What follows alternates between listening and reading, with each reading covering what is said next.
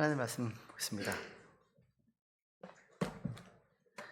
신명기 2장입니다. 신명기 2장.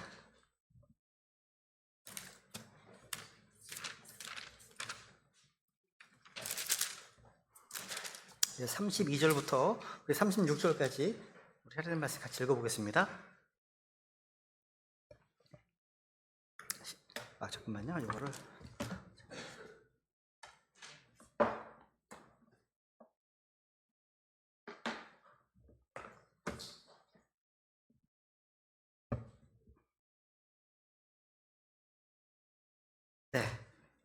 같이 봉독하겠습니다. 시작.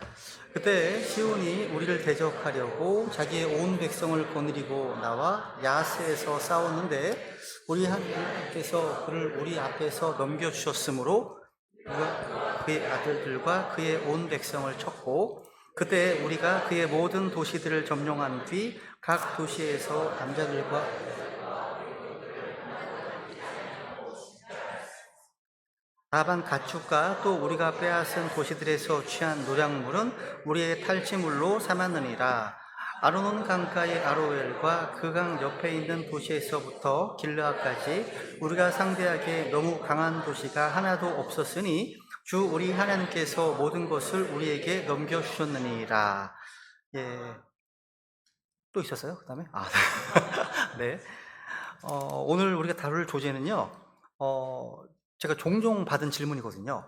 특히 이제 많은 사람들이 하나님을 오해하게 만드는 부분입니다. 특히 이제 지성인들이나 또 믿지 않는 철학자들은 성경을 공격할 때 항상 이런 말 합니다. 이런 거죠. 하나님이 정말 선하신 분이시라면 왜 여자와 아이들까지 다 잔인하게 죽이라고 명령하셨습니까? 이런 질문입니다.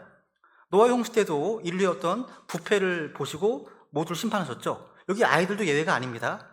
다 죽었습니다. 소돔과 고모라를 심판하실 때도 의인 롯과 두 딸만 구출하셨고요. 남은 자는 모두 불과 유황으로 다 멸하셨습니다. 여기에는 어린 아이들도 다 포함되어 있습니다. 또 출애굽기 12장에 보시면 이집트에 처음 난 자를 죽이실 때도 많은 아이들이 죽임을 당했습니다.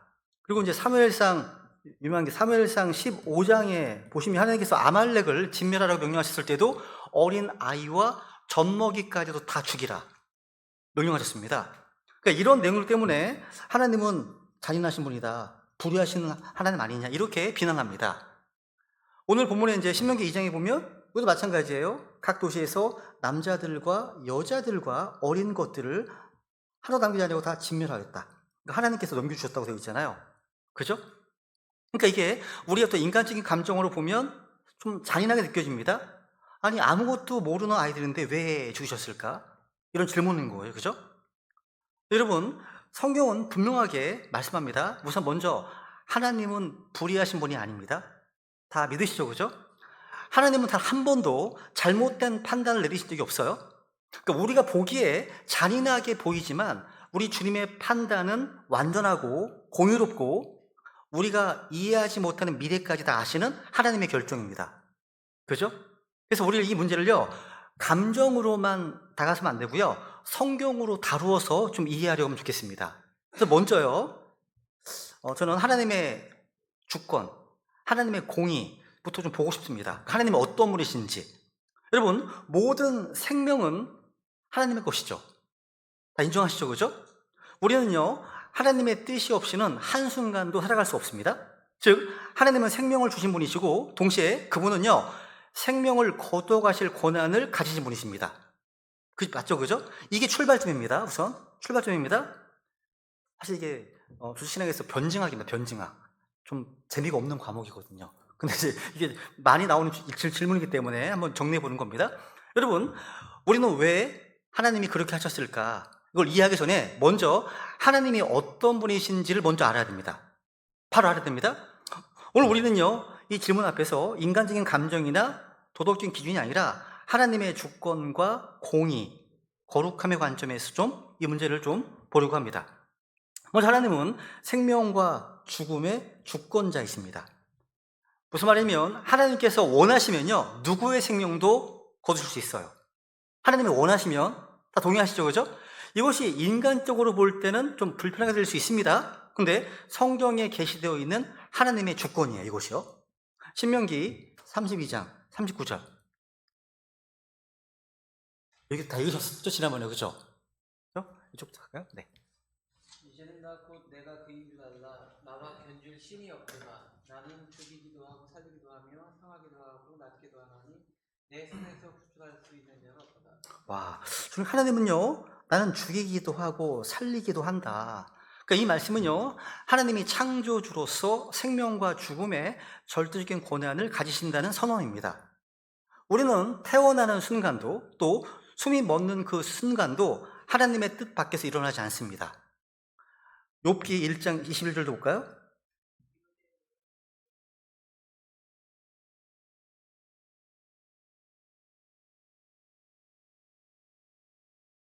하셨으니 주의 이름이 찬송을 받으시기 원하노라 하고. 아멘.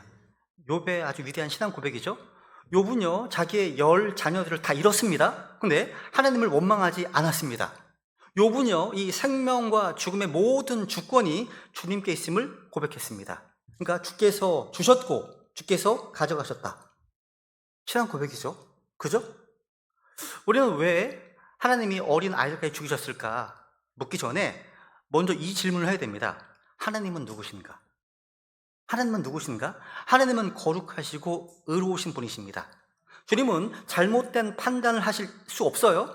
주께서 생명을 거두실 때는 언제나 공의롭고 이유가 있는 거예요. 있습니다. 우리의 감정으로 보기에는 불공평해 보이고 또 불의해 보입니다. 근데 우리 주님의 판단은 결코 실수가 없습니다. 하나님은요, 우리에게 한 번의 호흡도 빚으신 분이 아니십니다. 그죠? 그러니까 살아있는 것 자체가 하나님의 은혜라는 거, 그죠? 동의하시죠, 그죠? 사무엘상 2장 6절도 볼까요? 2장 6절. 네, 간증하시면 돼. 네. 주께서는 죽이기도 하시고 살리기도 하시며 무덤으로 끌어내리기도 하시고 끌어올리기도 하시는다. 이런 말씀 되게 많아요. 그러니까 생사 여탈과 주님께 있다는 얘기예요, 그죠? 그러니까 하나님께서는요, 한 개인의 죽음뿐만 아니라 민족의 운명까지 주관하십니다. 노아의 홍수, 소돔과 고모라, 이집트의 장자 재앙 다 우리 주님의 심판이었죠. 근데 그 모든 결정은요, 하나님의 거룩한 공의에서 나온 겁니다. 여러분, 우리의 생명은요, 내 것이 아니고 하나님의 것입니다. 맞죠, 그죠? 그렇다면 하나님께서요, 우리의 생명을 끝내실 권리도 가지고 계십니다. 맞는 거죠? 그래서 우리는 하루하루를요, 은혜로 받은 시간으로 살아야 됩니다. 하나님의 주권을 두려움이 아니라 감사와 경외함으로 받아들여야 됩니다. 즉, 하나님은 우리 생명의 주권자이십니다.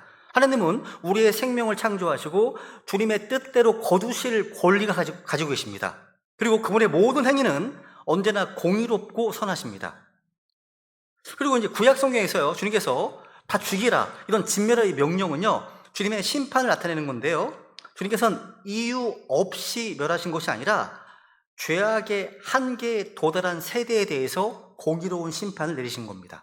우선 창세기 15장 16절. 세대에 대해 우리를 다시 오리니 이는 아모리 족속의 불법이 아직 가득 차지 아니하기 때문이라 하십니다. 야, 이 죄의 불법이 아직 가득 차지 않았기 때문이다. 가득 차면 심판이 임하는 거죠. 그러니까 하나님은 즉시 심판하지 않으셨습니다. 아브라함 시대부터 400년 동안 기다리셨습니다. 그 긴 세월 동안 이들이 회개하길 기다리셨지만 이들은 오히려 우상 숭배와 인신제사, 음란죄를 더욱더 가득 채웠습니다. 따라서 여호수아 시대의 진멸 명령은요, 단순한 군사 정복이 아닙니다. 누적된 죄악에 대한 하나님의 공의로운 판결이었다는 것. 이 진멸의 명령은요, 하나님의 심판을 집행한 것이지 인간의 복수행위가 아니라는 거예요. 하나님의 심판이라는 겁니다. 한번 볼게요. 신명기 9장 4절부터 읽겠습니다. 4절. 주 내 하나님께서 그들을 내 앞에서 쫓아내신 뒤에 너는 마음속으로 말하여 이르기를 내 의로 인해 주께서 나를 이 땅으로 데려오사 이 땅을 소유하게 하셨다 하지 말라. 오히려 이 민족들의 사악함으로 인해 주께서 그들을 내 앞에서 쫓아내시느니라. 아멘. 그 다음 5절로 볼까요? 5절. 내가 와서 그들의 땅을 소유하는 것은 내 의 때문이 아니고 내 마음이 올바르기 때문도 아닙니다. 오히려 이 민족들의 사악함으로 인해 주 내 하나님께서 그들을 내 앞에서 쫓아내시나니 이것은 주께서 내 조상들인 아브라함과 이삭과 야곱에게 맹세하신 말씀을 친히 이행하려 하심입니다. 와, 주님께서는 이스라엘 백성들에게요, 너희가 의로워서가 아니다. 그들의 사악함으로 인해서 내가 그들을 심판하시는 것이다. 말씀하신 겁니다. 그러니까 이스라엘은요, 심판의 도구일 뿐, 그 심판의 주체는 주 하나님이시라는 겁니다. 이 중요한 포인트예요. 여러분, 죄의 결과는 언제나 심판이죠. 여호수아 6장 21절 보겠습니다. 여호수아 6장 21절. 도시 안에 있는 모든 것을 진멸하되 남자와 여자와 어린아이와 노인과 소와 양과 나귀를 다 칼날로 진멸하였더라. 모든 것을 진멸합니다. 남자와 여자와 어린이와 노인과 다 진멸했다고 되어 있죠. 여러분, 이 말씀은 잔인한 전쟁 기록이 아니라요, 죄의 결과가 얼마나 무섭고 철저한지를 보여주는 거예요. 하나님께서는요, 죄를 그냥 덮지 않으십니다. 하나님의 공의는 죄를 반드시 다루십니다. 이 구약에 나오는 진멸은요, 바로 그 죄의 대가를 보여주는 하나님의 경고입니다. 즉, 구약에 나오는 심판은요, 단지 과거 이야기가 아니라 죄가 얼마나 무섭고 심판이 얼마나 현실적인 것인지를 보여준 하나의 예고편, 그림자 같은 겁니다. 여러분, 죄의 삭은 사망이라고 되어 있죠. 가나안 족속이든 소돔과 고모라든 하나님께서 심판하신 모든 사건의 본질은 죄의 결과는 죽음이다라는 경고입니다. 하나님은 공의 하나님이시기 때문에 죄를 그냥 덮으실 수가 없어요. 죄는 반드시 죽음을 낳습니다. 이것은 하나님의 경고장이었다는 거죠. 여러분, 하나님은 실수하지 않으십니다. 우리가 이해하지 못하는 판단이라도 우리 주님의 결정은 언제나 의롭습니다. 구약의 진멸은 잔혹한 전쟁이 아니라 죄의 결과를 보여주는 공의의 심판이었다는 거죠. 우리 먼저 하나님의 주권을 인정하셔야 됩니다. 그리고 하나님의 공의를 두려워해야 합니다. 그러면 이제 좀 강론으로 들어가서요, 구체적으로 하나님이 왜 그러셨을까? 한번 이제 인간의 시각이 아니라 성경이 보여주는 좀 4가지 관점을 살펴보겠습니다. 먼저, 우리 하나님은요, 죄 없는 자를 부당하게 죽이지 않으십니다. 많은 분들이 이렇게 얘기합니다. 하나님이 아이들까지 죽이셨다니 너무 불의하지 않은가? 아닙니다. 하나님은 결코 불의하신 분이 아니십니다. 하나님은요, 누가 죄에 참여했는지, 누가 그렇지 않은지를 완벽히 아십니다. 먼저 민수기 16장에 보시면요, 한번 보세요. 보시면요, 고라와 다단과 아벤에 반역했을 때 땅이 산채로 갈라져 가지고요, 다 땅 속으로 들어가서 망했죠. 그죠? 그래서 사람들이 이렇게 말할지 모릅니다. 보세요. 민수기 보시면요, 민수기 16장에 나오는데 왜 아이들까지 죽이셨지? 아닙니다. 16장 보세요. 26장 보세요, 한번. 놀라운 사실이 나옵니다. 10절, 11절.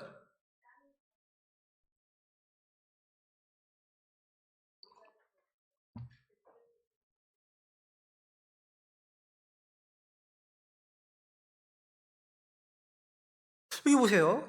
고라의 자손들은 죽지 아니하였더라. 시편에 고라의 자손들이 쓴 시가 나오죠. 그죠? 무슨 얘기예요? 하나님은 분명히 구분하셨습니다. 고라의 반역에 동참하지 않은 자녀들은 살리신 거예요. 이것은 주님께서 누가 죄에 가담했고 누가 그렇지 않은지를 완벽히 아신다는 증거예요. 즉, 하나님은요, 결코 무고한 자를 심판하지 않으십니다. 에스겔서 18장 19절.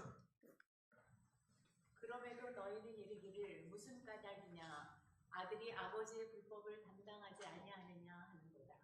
아들이 율법에 맞고 옳은 것을 행하며 내 모든 법규들을 지키고 그것들을 행하였다면 그는 반드시 살리라.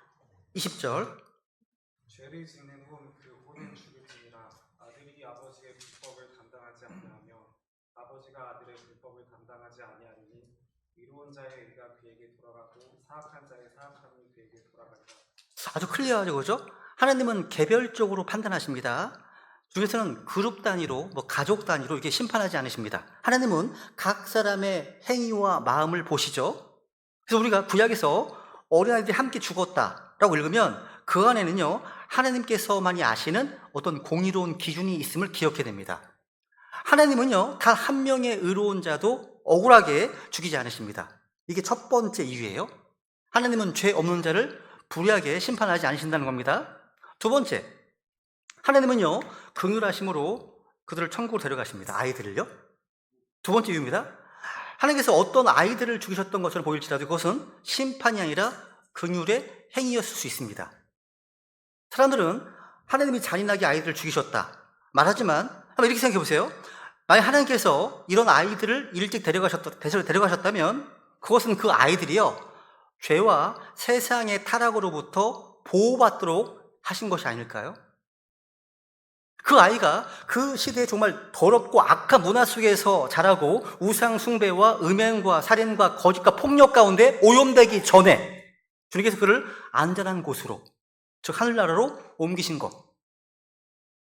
한번 누가복음 18절도 볼까요? 18절, 15절. 사람들이 그분께서 쓰다듬어 주실 것을 바라며 어린 아기들도 그분께 데려왔으나 그분의 제자들이 그것을 보고 그 사람들을 꾸짖음으로 16절. 예수님께서 저들을 부른 뒤 이르시되 어린아이들이 내게 올 것을 허락하고 그들을 막지 말라. 하나님의 왕국은 그런 자들이 것이니라. 17절. 진실로 내가 너에게 이르노니 누구든지 어린아이와 같이 하나님의 왕국을 받아들이지 아니한 자는 결코 그 안에 들어가지 못하리라 하시니라. 예수님은요, 이런 어린아이들을 밀어내지 않으셨습니다. 오히려 그들을 품에 안으시고 말씀하셨습니다. 하나님의 왕국은 그런 자들의 것이라고요. 이거 뭘 보여줍니까? 주님께서 어린아이들에게 천국의 문을 열어주셨다는 사실이에요. 이들은 아직 선악을 분별하지 못했기 때문에 주님께서 그들을 자신의 부모로 받아들이시는 겁니다. 그래서 하나님께서 어떤 전쟁 가운데 어린 아이들을 먼저 데려가셨다면 그건 심판이 아니라 구원의 은혜일 수 있는 거예요. 그죠? 오히려 그들은요, 지금 천국에서 하나님을 찬양하고 있습니다. 그 아이들은요, 세상의 더러운 문화 속에서 죄를 배우거나 불순종의 길을 걷지 않습니다. 인간의 눈에는요, 잔인한 죽음처럼 보이지만 주님의 보시기에는 가장 자비로운 구원이었다는 것. 주께서는 죄와 심판을 미리 보시고 그 아이를 영원한 안식의 자리로 옮기신 거예요. 그러니까 하나님께서 어린아이를 데려가신 것은요, 잔인함이 아니라 죄로부터 그를 지키시려는 사랑의 보호하심, 천국으로의 인도라는 것, 이렇게 하시면 좋겠습니다. 세 번째, 어린아이들은요, 우리가 생각하는 것보다 하나님을 훨씬 더 잘 알고 있습니다. 많은 이들은 이렇게 말합니다. 아이들은 아직 어리니까 잘 모를 거야. 근데 성경 다르게 말합니다. 성경 안에는요, 어린 아이들이 어른들보다 더 분명하게 주님을 믿고 순종한 사례들이 많이 있습니다.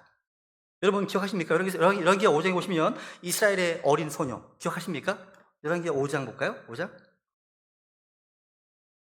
사람들이 띠를 이어 나갔다가 이스라엘의 땅에서 작은 소녀 한 명을 포로로 사로잡아 왔는데 그녀가 나아만은 아내를 숨기니까 그녀가 자기 여인에게 이르되 내 주께서 사마리아에 있는 대언자와 함께 계신다면 좋겠나이다. 그가 그분의 나병을 쫓습니다. 또 이제 이스라엘 땅에서 작은 소녀, 리틀 메이드, 어린 소녀입니다. 이 작은 소녀가 있었죠, 그죠? 시리아 군대가 이제 이 작은 소녀를 포로로 잡아갔습니다. 나아만 장군의 아내를 섬겼죠. 근데 이 작은 소녀가 얘기합니다. 우리 주님이 사마리아에 있는 하나님의 대언자에게 가셨으면 좋겠다고. 그분이 나아만 장군의 나병을 고칠 수 있다고. 부럽지 않습니까? 지금 전쟁 포로로 잡혀왔습니다. 근데 자신의 믿음을 숨기지 않고 있어요. 그죠? 이 어린 소녀는 하나님을 신뢰하고 그 증언이 한 나라의 장군을 주님께 인도하는 통로가 되었습니다. 아이가 마가복음 9장 42절.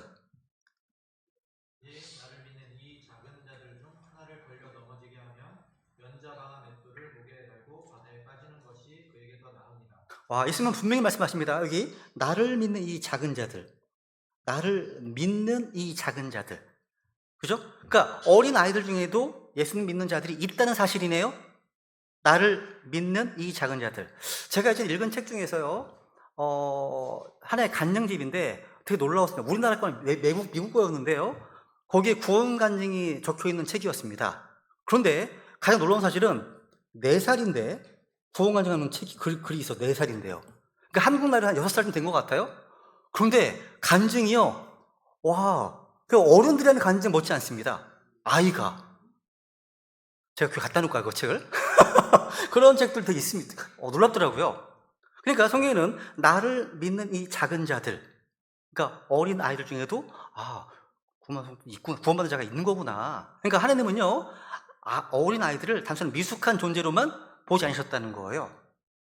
그리고 성경에는요, 이스라엘 백성들이 모일 때마다 어린 아이들까지 포함해서 말씀을 듣게 했습니다. 기억하시죠? 여호수아 8장 35절.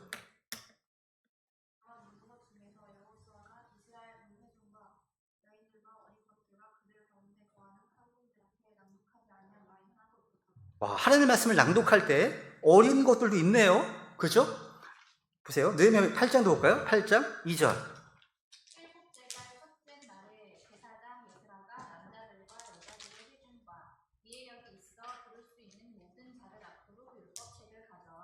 팔절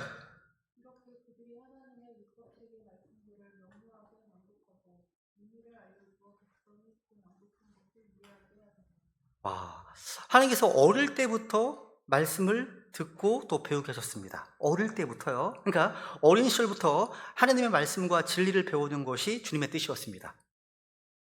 제가요, 주일날 설교하거나 성경부를 인도할 때요, 되게 마음속에 기쁨이 될 때가 언제냐면, 우리 교회에 주일학교 아이들인데 저를 바라보면서 고개를 끄덕이고 있는 거예요. 되게 신기해죠. 그럴 때 아이들이 내가 하는 말을 알아듣고 있구나, 지금 끄덕이고 있어요. 너무 기뻐요, 그런 거 보면.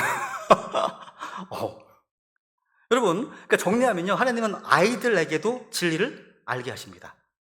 아이들은 순수한 마음으로 믿기 때문에 오히려 어른들보다 더 깊이 주님을 받아들일 수 있습니다. 그래서 마태복음 18장 3절도 볼까요? 3절.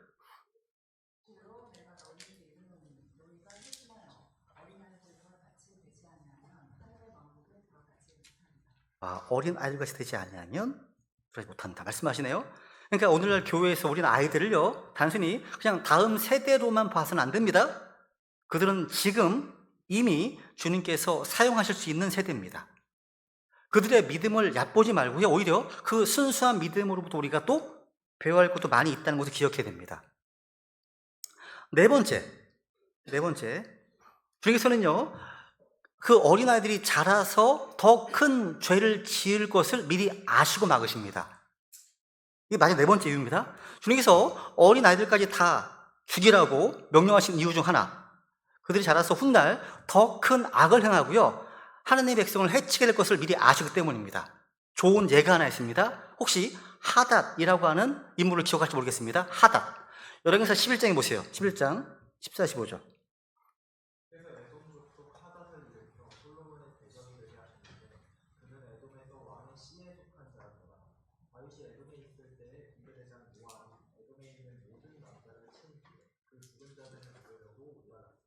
와, 다윗이래요. 하나님께서는요, 에돔 사람들을 다 심판하라고 명령하셨습니다.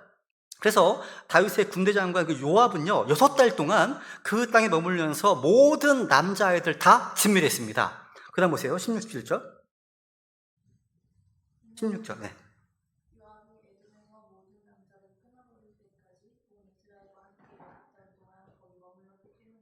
여기 보시면요, 이때 한 아이가 살아남았어요. 그 이름이 바로 하닷입니다. 하닷이었습니다. 그 다음 읽어볼까요?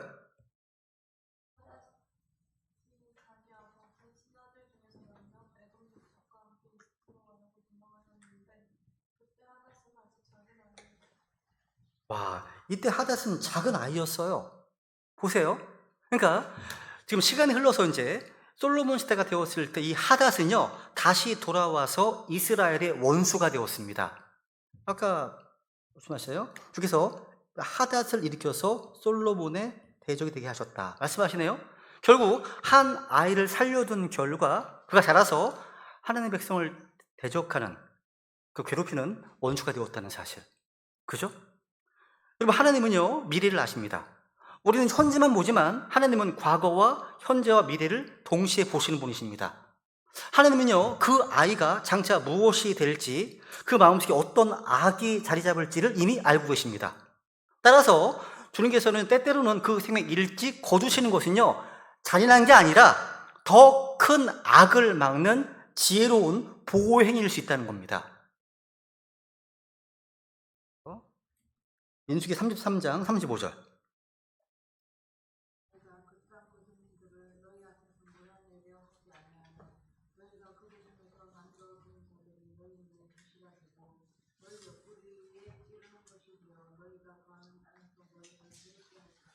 하나님 미리 아시잖아요.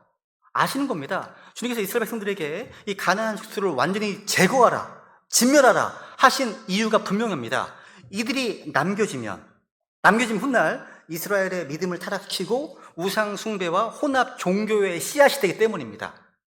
결국 실제 역사 속에서도 이스라엘은 바로 이런 남은 자들, 이 남겨진 자들로 인해서 바알 숭배나 모압에서의 음행 등 끊임없이 고통을 겪게 되었습니다. 역사 나와 있어요. 여러분, 하나님의 미래를 아십니다. 주께서는요, 이 아이가 장차 세상을 얼마나 타락시킬지를 미리 보시고요, 그 악이 하나님의 백성들을 넘어뜨릴 것을 다 아십니다. 그래서 그분은 때때로 공의와 사랑으로 결단하십니다. 우리가 보기에는 잔인한 죽음처럼 보이지만 주님 보시기에는 미래의 악을 막는 보호의 행위였다는 것. 여러분, 하나님은 실수하지 않았습니다. 그분은 완전한 교회 가운데 공의와 긍휼이 함께 작동하는 결정을 내리십니다.